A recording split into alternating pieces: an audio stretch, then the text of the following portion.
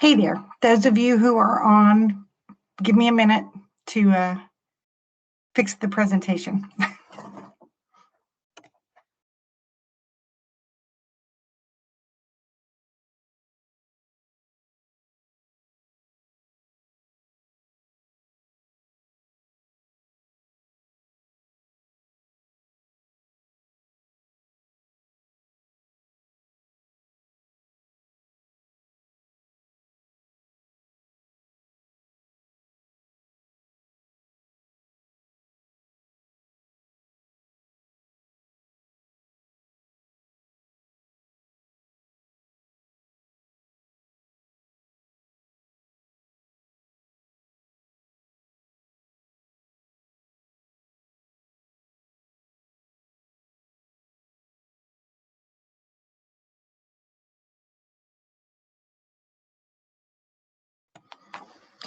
Can everyone see the deck?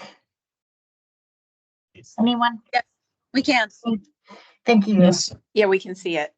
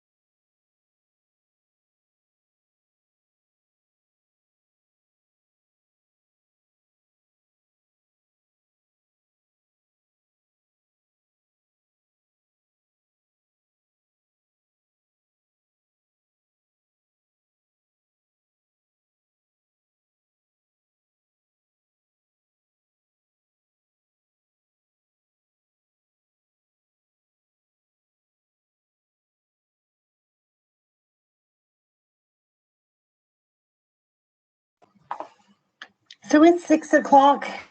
It's the last class. All of you who have crawled through broken glass to get this far, congratulations. How's everyone doing? Good, thank you. How are you? Pretty good. Super.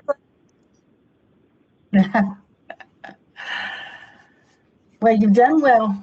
I know that these classes can be just life altering at times, even super boring at times.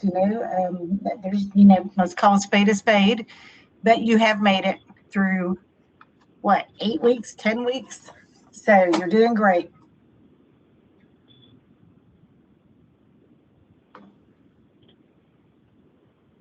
Let's give it just a few minutes. Let everyone come on in.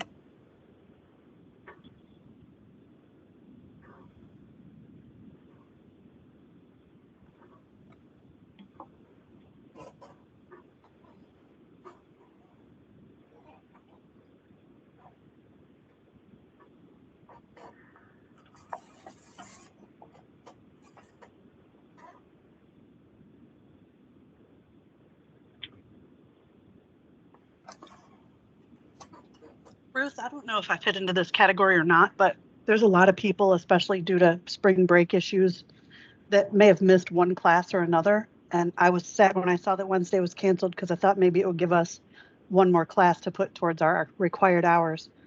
Is there any chance of that? Of the class being reinstated, do you mean? I mean, just having a gathering on Wednesday. I don't really know. This particular session has been, we're missing a great leader from the teaching, the educational committee perspective at the moment. And in fact, this is the first time I've ever taught closing, so I'm going to ask you all to bear with me just a bit on this. I think that I would address that to either your mentor or to Brian Berry. But it seems to me that if he canceled the class, I don't feel like you would be penalized for that. Oh yeah, I'm not saying that would have been one of the required ones. I just thought it might give people an extra buffer in case they missed one too many. Oh, I I don't see. even know if that applies to me, but I'm sure it Right. applies to at least some of us.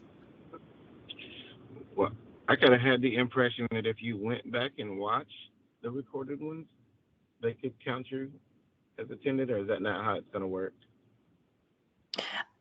I'll be honest with you. I do not know. Okay. Okay. And we didn't, when I took this class, we didn't have the recordings even. You either were there or you weren't. It was pretty hardcore back in the day. So you guys got a little bit more leeway than I did. Interesting. Okay. Things change. So does anybody have their exam scheduled? No? You disappoint me. I'm kidding you. Not it. So I will tell you guys a story. And thinking back, that question just now about the no recordings and never missing class and this and that. It was a little, the rules were a little different back then. When I took the PMP, it was very different than what you will face, right? So I have no way to know exactly what you will face. But I took, let me think. Oh, somebody needs to mute. Okay, are we good? All right.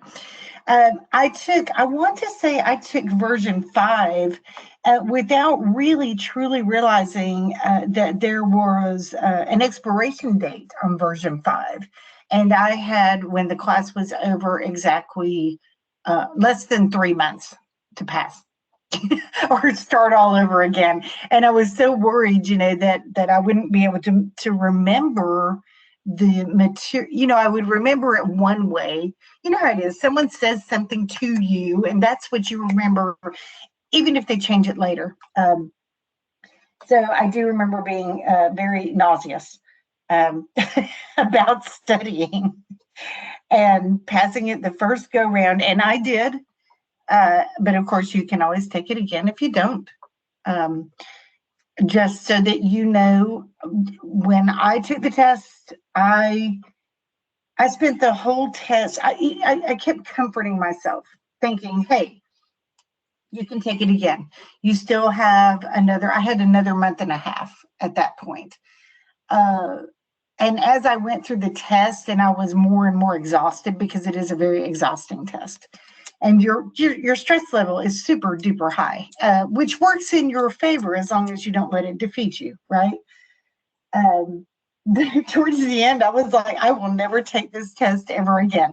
If I didn't pass it this time, I'm never even trying this.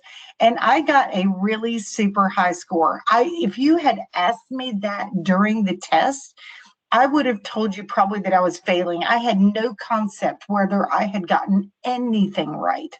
So what I want to tell you is don't let it throw you. Just keep plugging through the exam. Just keep going.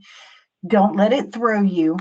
It is sometimes I think it's just a test of endurance. They want to see what truly, I had a very high score, which shocked me, truly. So you can do it. Everything's going to be fine. And here we are. So let's talk about closing the project or phase.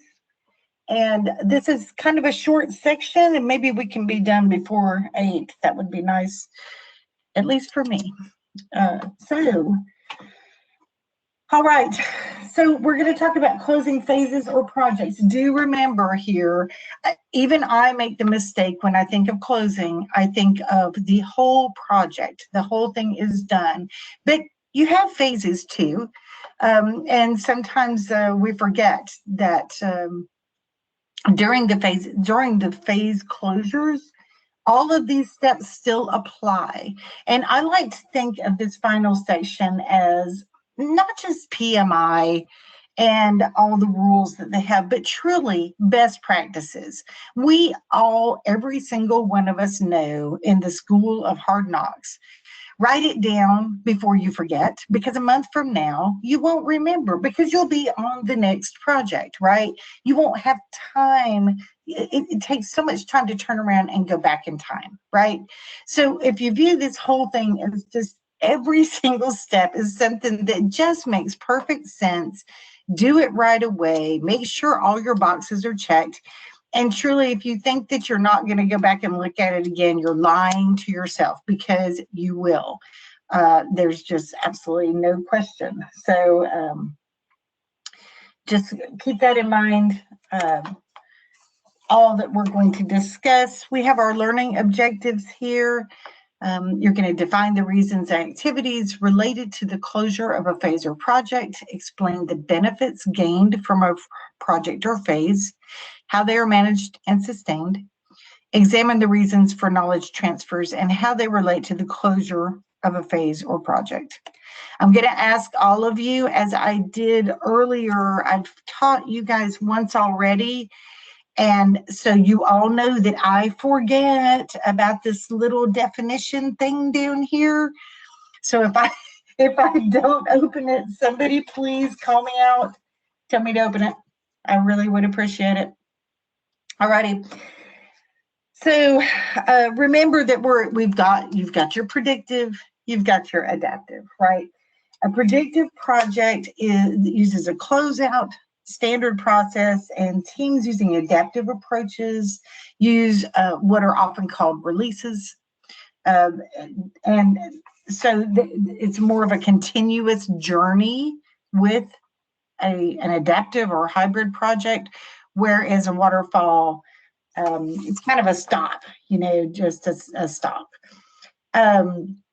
Stakeholders accept the deliverables based on acceptance criteria. Well, before I forget, let's open this. Here we go, acceptance criteria. A list of conditions that is required to be met before the deliverables are accepted. And the definition of done, a team's checklist of all the criteria required to be met so that a deliverable can be considered ready for customer use. PMI considers these terms pretty much interchangeable. I'm not sure that I would necessarily agree with that, but that is how PMI views it. So stakeholders accept the deliverables based on acceptance criteria. They are established at the beginning of the project in the project management plan. They can be modified during the project life cycle, of course, just with a change request or a change demand, I hear they're called these days. And you use your requirements traceability matrix to ensure completion and approval of all requirements. Then for the agile or adaptive, at the end of every iteration, the team and stakeholders assess the product and service against their mutually agreed definition of done. Do keep in mind that they, PMI, everything that has the little exclamation point here, you need to pay special attention. They could try to trick you on the exam with using different terms.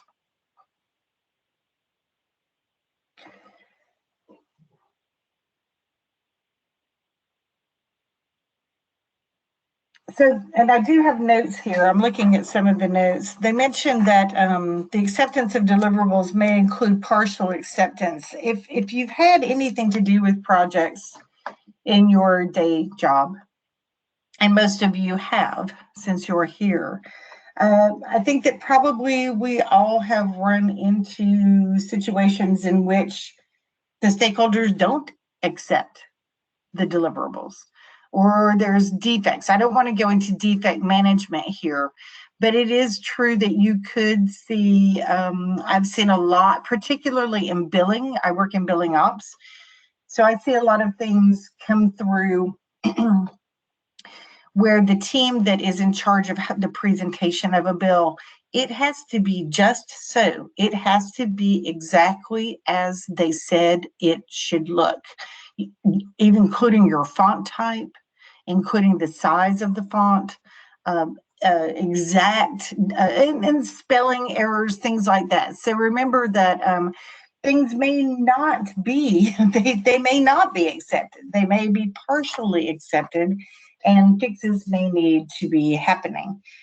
So all of that needs to be documented also. Everything needs to be correct before the final sign-off occurs. And that has to happen before you can close the project. Everything, all sign-offs.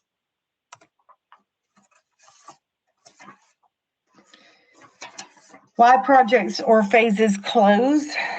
So again, in all of you in your day job, have you ever seen one that closed early or that was forced into closure? Because there are a lot of reasons that it can happen, and I have seen it happen multiple times.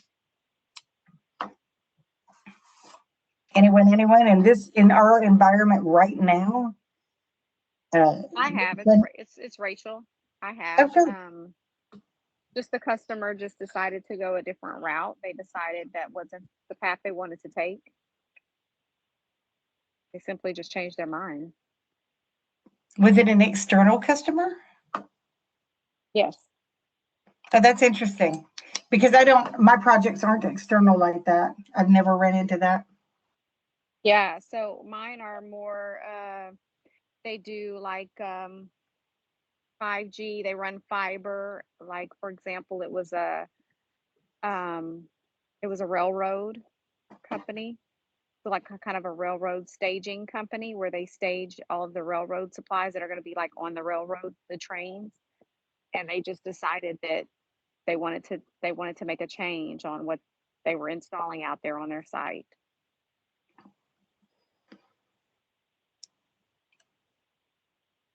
Thanks for sharing. That's really interesting.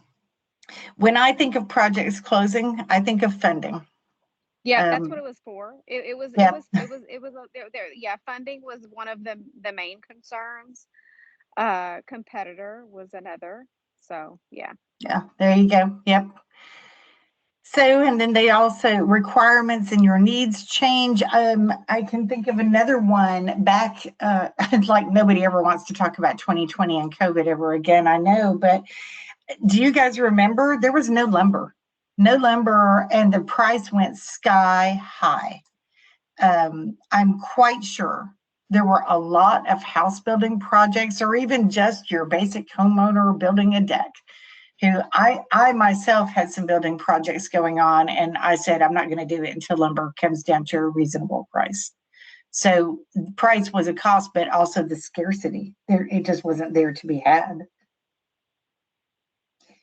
I've got a project right now where the requirements, my initial estimate, when it went back, once we were done with the requirements and we had a solution document, and it went back to get the more refined estimate, doubled.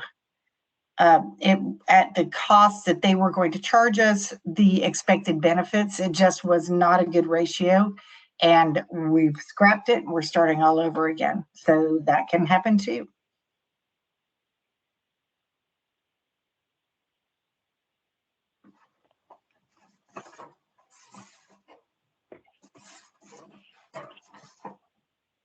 I also feel like that projects are sometimes flavor of the month.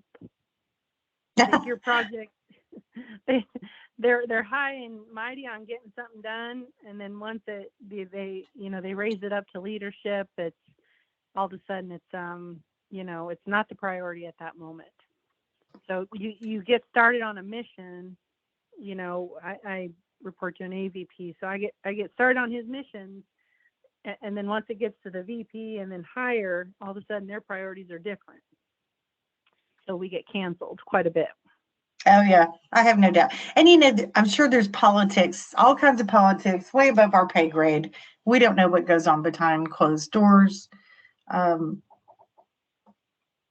Absolutely. And I've seen many things. You think that you're doing the best you can for the company, you're chasing it down, and in midstream, they're like, wait.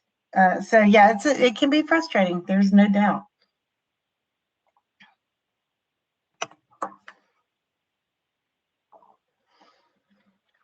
So we've got a list here of activities that occur: the acceptance of deliverables or the product by the customer, the transition of deliverables or product to the customer, notifying enterprise and organizational functions, updating your organizational process assets, preparing the final report. We'll come back to that because I know that that's that little blue block.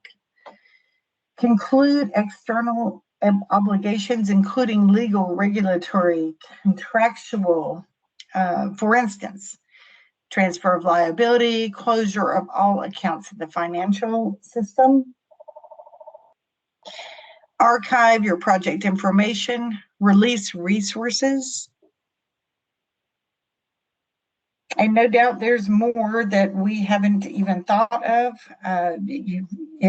Remember that you do have the predictive and adaptive. So in predictive projects, this is all documented as part of the OPAs, and the adaptive closing activities are conducted at the end of a release. And our final report definition, a summary of the project's information on performance, scope, schedule, quality, cost, and risks.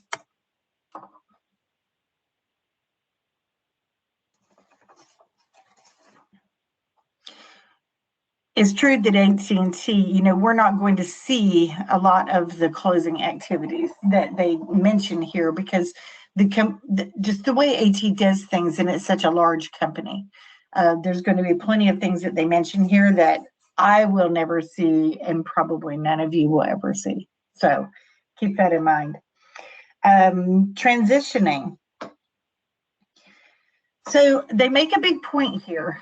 Some organizations use a rollout or transition plan, and that this is not a project management plan component. Again, remember, this could be a tricky question. Deliverables are handed to the customer or owner. Transition and handover specifications for deliverables are in the project management plan. So I realize that these two seem kind of contradictory. And the way that I view this myself is think in terms of, I've delivered a project and I had a go-to-market plan because roles blur, right? Normally I would not have done such a thing. But I did not have an operational PM. I did not have one person that I could count on to take care of all the go-to-market. So I did use a rollout and a transition plan. It was not part of my project management plan. And the reason why is that is operational. So remember, when you think about the difference between an item that you have to check the box, we have to hand it over, versus a plan for how it's going to be rolled down operationally. Just think about that. Is it temporary or is it operational? And keep yourself straight on these two, because remember, operational activities are not part of a project.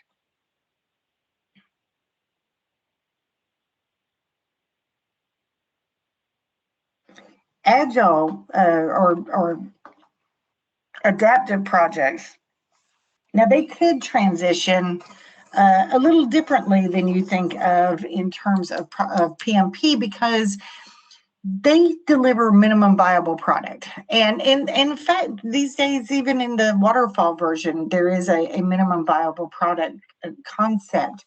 But in a waterfall, we call that phases, right? But in an adaptive, they may very well be handing off a small bit of software and it is usable and has been rolled out to everyone as they create the next phase. Just a little bit different, a little faster.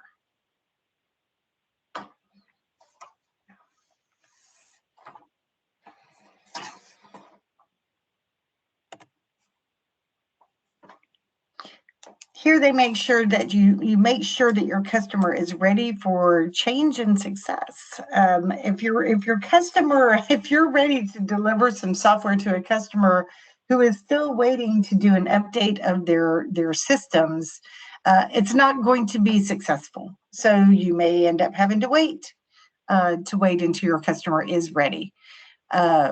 You don't want that to be a bad experience for your customer, of course. And here they even talk about a product or service is being upgraded.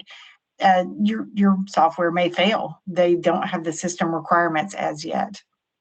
And you want to assess the readiness of all the parties, the end users, the business, the project team, the support staff.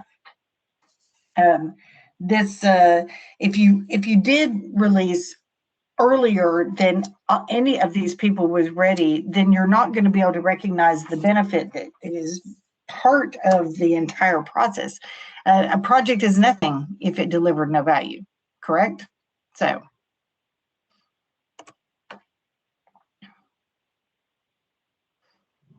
And here we talk about this, when they are ready, you increase the likelihood of all successful adoption and benefits realization. So transition requirements can include training, it can include documentation. You want effective communication between the project team and the organization, and post-implement support. This is a new term for me. I've never heard the term hypercare. We always called it warranty or Red Hat, or we had war rooms. I think war rooms that's not an acceptable term anymore. Help desk might be another one. You may have a temporary help desk until everyone is up and going. I can't think of anything else in particular. Does anyone else have any transition activities that they think of here?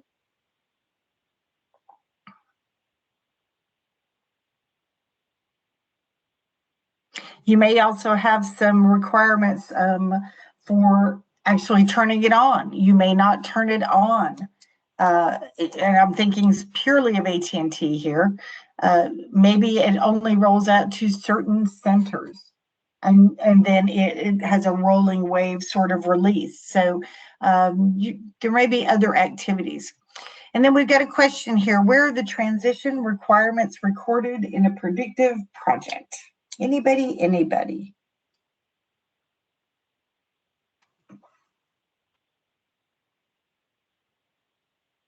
Okay, I'll answer it just because I know you're tired.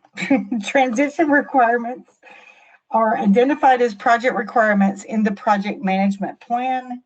The planning and completion of these activities should be verified before it's closed. Keep in mind your inputs and your outputs as you go through and memorize these things. And now this one really is an interactive activity. So the first question they ask is, do you remember the difference between explicit and tacit knowledge? I had to stop and look it up. Does anybody remember the difference? Because it says it was in lesson 5.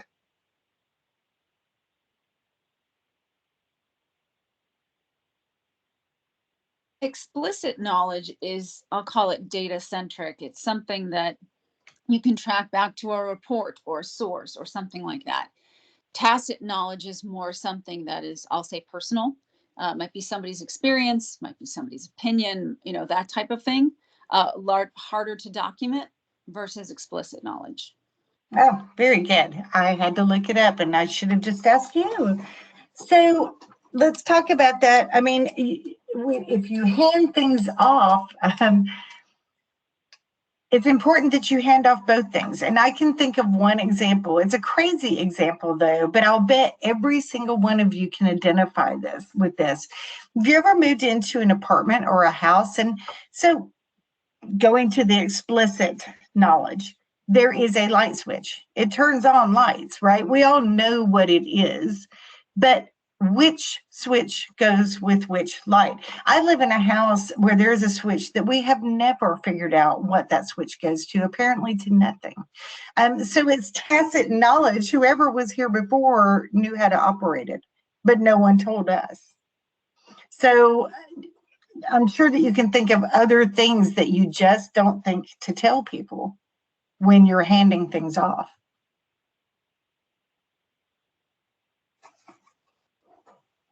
Anyone have an example or a comment? We'll move on then. Paying and closing contracts. Again, this is something that I will never have any experience with, and most people at AT&T will not. but that doesn't mean that you might not have experience at other companies, smaller companies. You do notify the appropriate entity, accounts payable, that the work has been fulfilled and contracts can be paid. And so we may not do that here at AT&T. However, you do need to, as you're doing status reports, there are people on your teams who you need to let know. We expect this to be done in 3 weeks, because when you think in terms of people, contractors, they have to let them know, hey, the time is coming to an end. Therefore, their agent or whoever that they use to find work can be looking for new jobs for them. Or even within the company, maybe they are actually permanent employees, and they do just float from project to project. So pay your suppliers or vendors in accordance with contract terms. Again, an exclamation point. Some payments may have been made during the project and the contract may have been closed. I'm not really sure what that is meant to be telling us. I can see how payments may have been made during the project, right? As you keep it up, especially a long project, you can't wait until the very end before everybody gets paid. I'm a little confused about the contract may have been closed statement there, so I don't really know how to comment on that. I have an example of that. Oh, that sure. Occurred. So AT&T uses net 90 payment terms. And so we had a short-term contract with a vendor one time as a part of a sourcing agreement. And so the project concluded because we didn't proceed with the trial because it didn't meet our minimum return. But we still had to pay the vendor afterwards for the contract completion. Oh, I see. All right. Good example. Thank you. And then it says don't delay payments until project or phase closure unless specified in the contract. I just can't see. It is true, a small project. If you think of a house project, somebody came and built a deck. Going back to my previous example. Oftentimes we don't pay people until the end when it's very short, because you may not have them come back and you will have a half-finished project. And I'm sure that everyone can sympathize with that statement.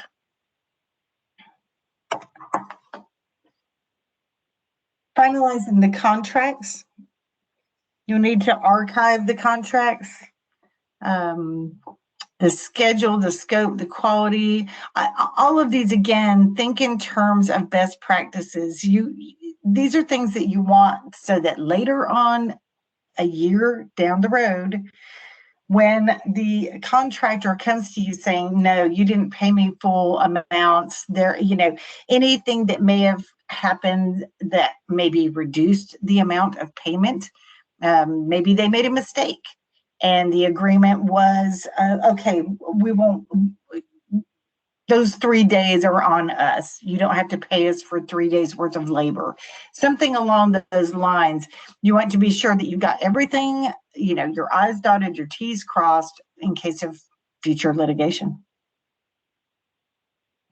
Also, this could end up as part of your lessons learned, part of your retrospective. The next person who uses that contractor when you have moved on may want to know what the contract was like. Were there any problems?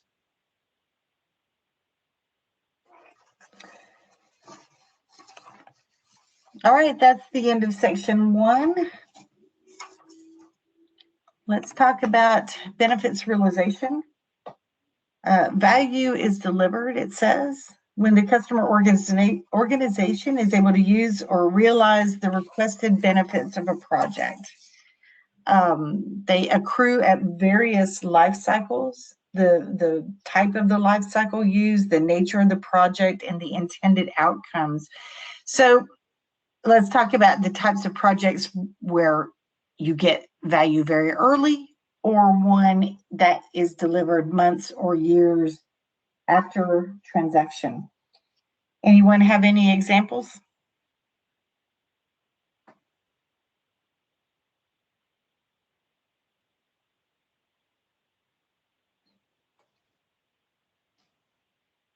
So let's talk about value being delivered early. Back to your minimum viable product, the MVP. AT&T has a big one going on right now. The new biller, BSSE, and the point of sale, Customer Connect, or Customer Central, depending on who you're talking to. The agents are using that. They're using it to sell just one or two products. Really, I think they're only selling one right now. So they've got their minimum viable product. It's very, very slim what is being offered to the customer. Not the product, but the what they're allowed to do and what they're not allowed to do, the customer, that is. They have only paperless, which, being part of the paperless team, I think that's great, right? I think we should stay that way. But some people do like paper bills, but at the moment, it wasn't necessary to develop that. So that's not what they've got. They've got a very slim project, and it's already, we are recognizing benefit from having it, even as it is being built out to handle more products and services. A project where value is delivered months or even years after transition. This is a little trickier. I mean, you can think of, like, in terms of an assembly line. Maybe there's some machinery that replaces someone, replaces some of your crew. You no longer have humans on there. You've got a machine that does the job for them. You get the benefit immediately, but it goes on. Those benefits accrue over the years, of all the years that you don't have to pay the persons and the insurance and all the things that goes with having human employees, right? Those benefits grow as time goes by.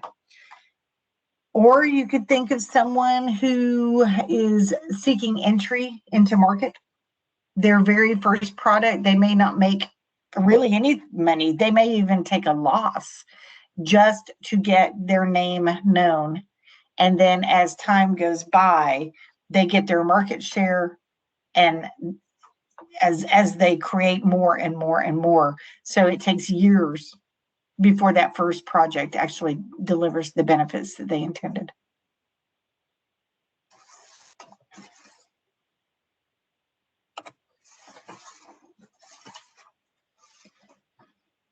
So benefits, transition, and sustainment. Again, we've got I fear opening that thing until we look at the slide because it covers half the slide. Review the benefits management plan, which is going to be our definition, and there's a handover and transition. So in a predictive project, any improvement or modification to be delivered delivered benefits is a new project. So remember, you can't have a change request for a project that is closed, right? It is. So once it's delivered, any improvement or change, you've got a new project or a new phase. For hybrid or adaptive projects, they have continuous change. They enjoy continuous change and they embrace it. So improvements or modifications are proposed as work for the next iteration, and they're put onto a backlog.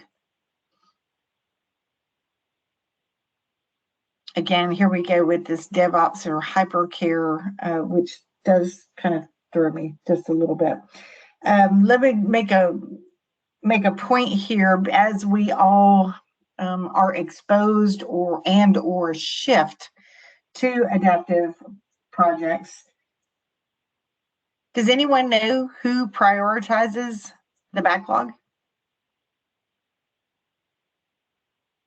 Project manager.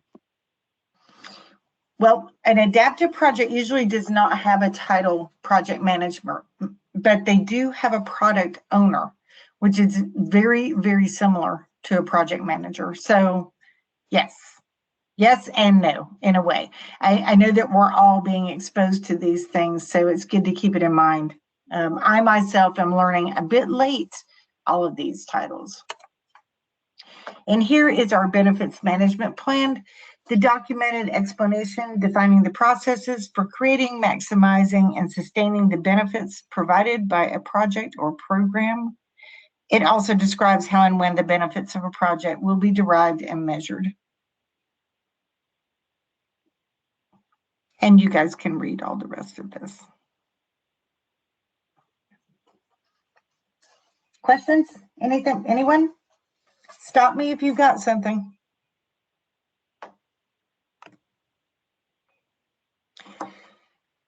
So we've got this page, and I actually, again, I have not taught this section before, and I actually spent some time reading every bit of this. And you all have access, correct, to these slides?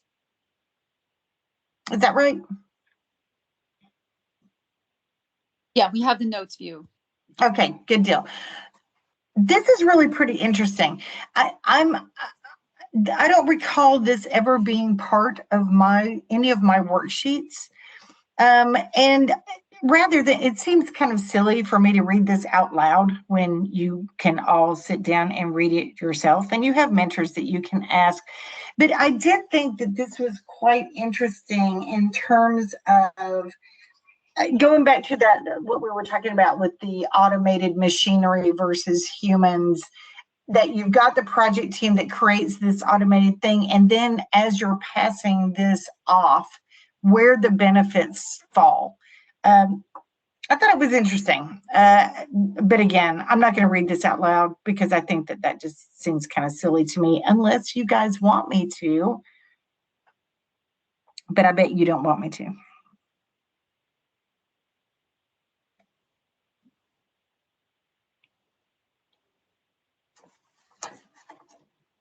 I'm perfectly good handling it myself.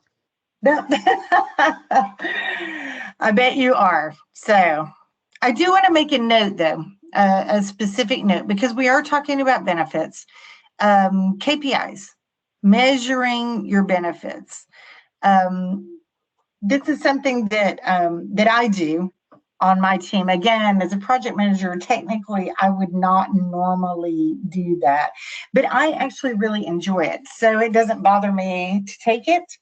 I think a lot of people maybe, I did not notice who said it seems like it's a flavor of the month sort of approach to projects at times.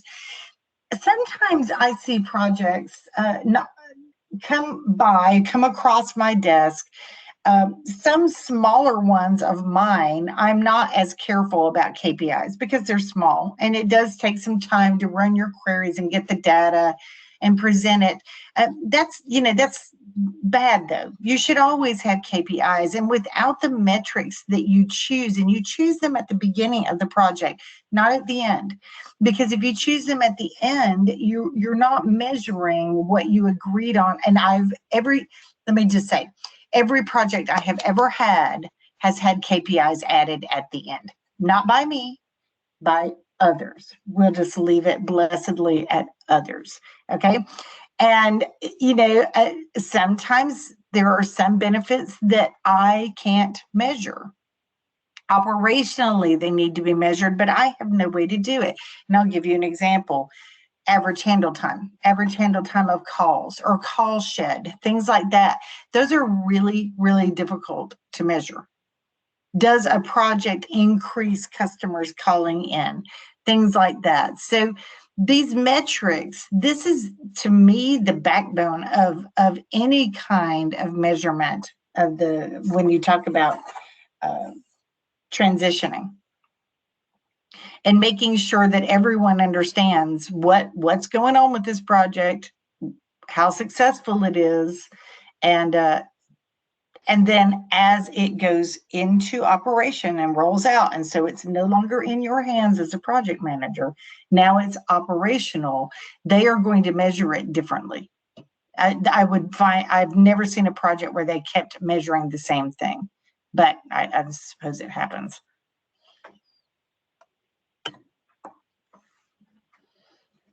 Okay, your benefits management plan, it's a major input to authorizing the project. So remember what I was saying.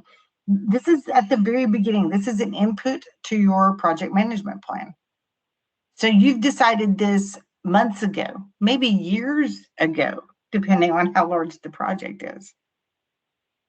It examines the requested benefits and determines if both the tangible and intangible business value will be realized. It determines the time frame for short and long term.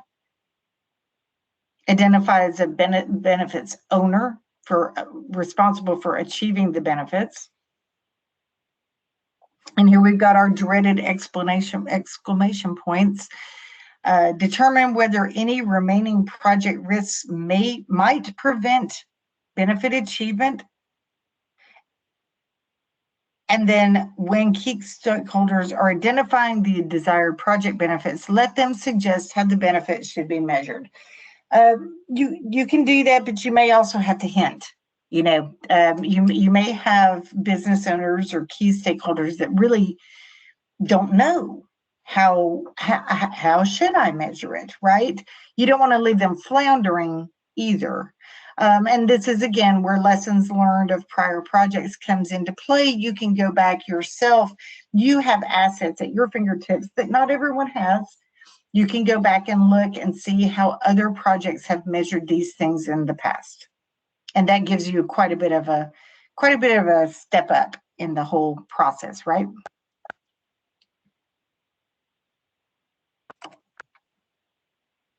Artifact development is pretty much just repeating the whole thing.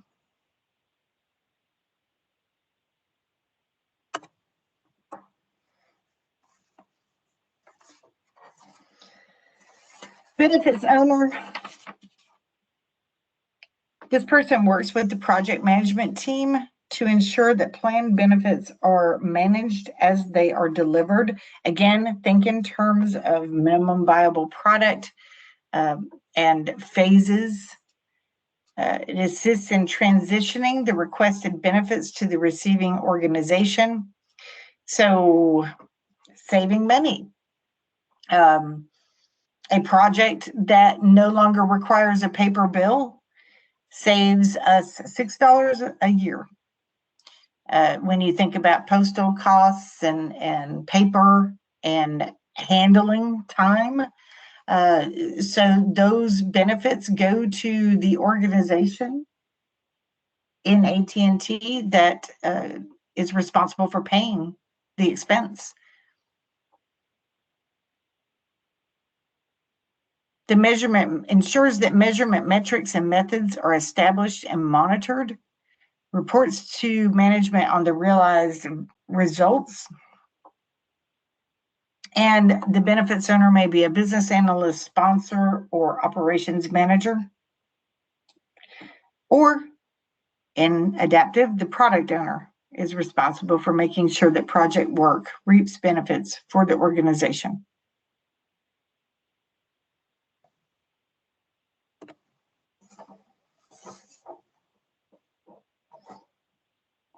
Again, remember that benefits realization it is great if you have data, but sometimes you don't. So think in terms of intangibles, which are a little bit different. Like so CSAT, customer satisfaction, or just, do you like this product? I get emails every now and then. How did you like your Home Depot? Whatever I bought at Home Depot. I spend a lot of time at Home Depot, it seems, because I spend a lot of time telling them what I think. The product owner reports on progress for each tangible benefit. Those are easy. Intangible benefits, you have a subjective determination. Reporting includes progress towards being met, any benefits at risk of not being realized as planned, any resulting negative impact on strategic objectives, and the potential ending of the project's team's support. I don't know about y'all, but I've had a project where the potential ending of the project team's support seemed to be every day. It was hardly worth reporting. Let's go back to number 2. Any benefits at risk of not being realized as planned. That's a scary position to be in. I don't know if anyone has ever had to do that, but I have watched a project what we thought would happen was not happen. We started out really well, the numbers were increasing, and then they just took a dive. And interestingly enough, once we sat down and looked at everything, it really didn't have anything to do with the project. It was the pilot center had just been informed that they were going to close. I've never done a pilot where the people were losing their job. So the numbers were radically skewed. You know, I was so worried about it, and then it just turned out that those people really didn't care anymore, and they just weren't following the process. And there was really nothing we could say or do. You don't go and say, hey, you still need to do this. I mean, we could have, and you should, but we did not.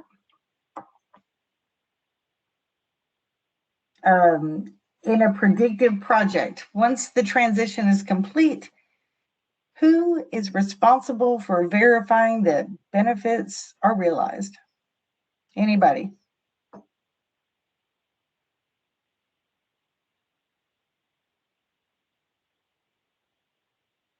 Okay, it's not the project manager. And we kind of talked about this a little while ago.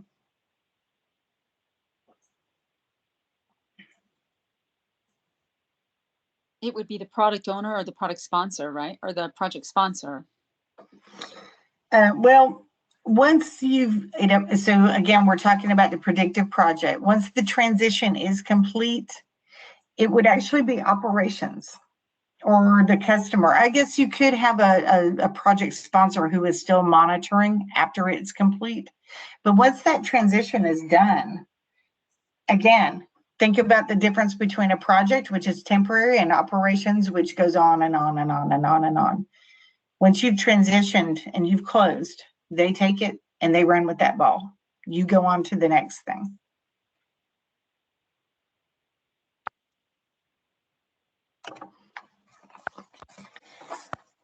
All right, one last section. Is anybody wiping tears of joy away from their eyes? Knowledge transfer. I think knowledge transfer just speaks for itself, but just to be sure, it's going to be occurring between team members and stakeholders during the project, but it's also an asset to the organization. It's historical project information, so it belongs in your artifacts, right? And your lessons learned.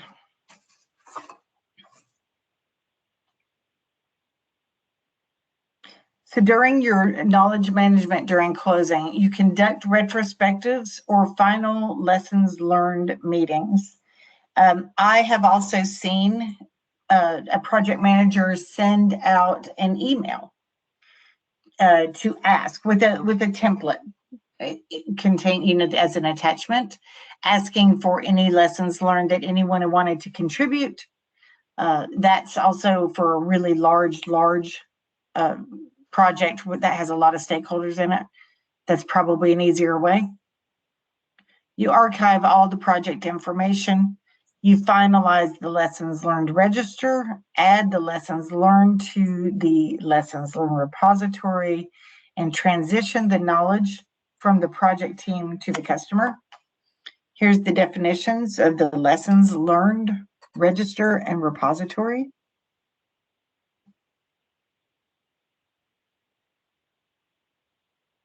I don't think I've ever been part of a meeting. Closing, when you think about the 5 stages of the project and they talk about the percentages, closing is a very, very small piece of the whole project. So there's not really a whole lot to say about it. Again, it's more best practices in my personal opinion.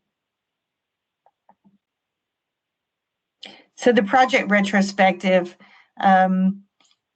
you always want to sit down and think about, what did you learn? What did your software developers learn? Maybe they learned some new way to do things that makes it easier for the future. You capture your key successes and challenges. There's always going to be a challenge. If you've had a project with no challenge, I have to wonder if you really had much of a project. Consider qualitative people feelings and quantitative. When they say this, I don't think that they mean people's feelings about it. Just, hey, that vendor was so difficult to cope with. It took so much more time, things like that. Kind of going back to that explicit and tacit information. You use your data to find root causes. You design countermeasures so that you can fight them next time. Develop action plans. Praise, congratulate, and motivate the team. We used to have Quantum, but I think we still have Applause and e-cards. Definitely you want to send those out and make them meaningful. In an Agile team, they might conduct a final retrospective. A project manager tends to hold a final all hands meeting for the 10th. They're similar.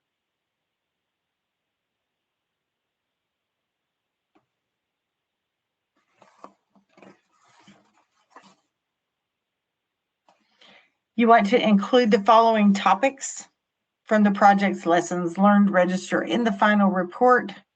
So scope changes, schedule impacts, anything that made you deviate, anything that you found out in the process, that you uncovered rocks, risks and issues, stakeholder relationships.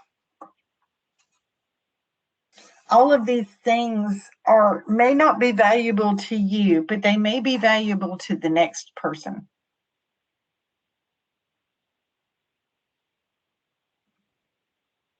Any comments to any of these items? Any questions about any of this? I think this is pretty straightforward.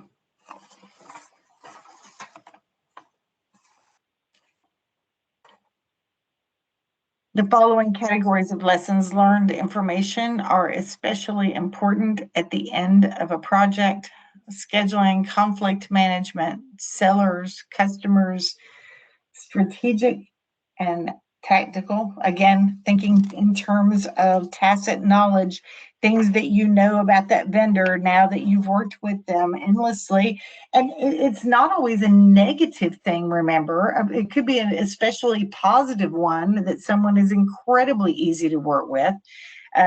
Maybe it's a vendor who really wants to get their foot in the door and they charged less. There's all kinds of things to be learned here. It is true, though, I think that most people think of lessons learned as being a negative sort of thing, and that's not really the case. And then here is our final report.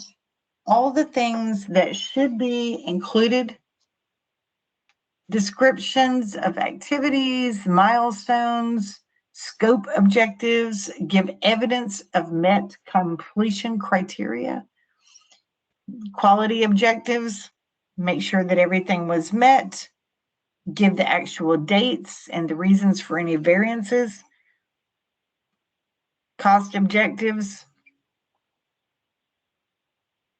validation information, user satisfaction surveys. Focus groups might be part of this too, thinking in terms of intangible things. Ask your pilot users, how is it going? Do you have any feedback? Schedule objectives, verify that it was completed on time. Benefits realization, risks or addresses, risks and issues, and state how they were addressed.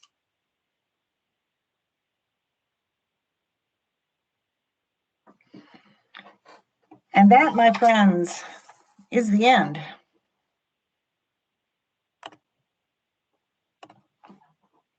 Any questions? Any comments? Anybody? Thanks It's for good to jumping see in the and doing. synopsis. Yeah. Thank you. Yes, thank you. You're welcome. Good luck to all of you. Thanks so much. Don't stop now. Okay. this is the time to kind of step up your efforts. Don't just let this all fizzle out because class is no longer being held. You got this. You can do it. Thank you. You're welcome. Thank you. Have a good night. Thanks so much. Thank you so much. You too. Bye-bye. Bye-bye. Thank you. Bye-bye.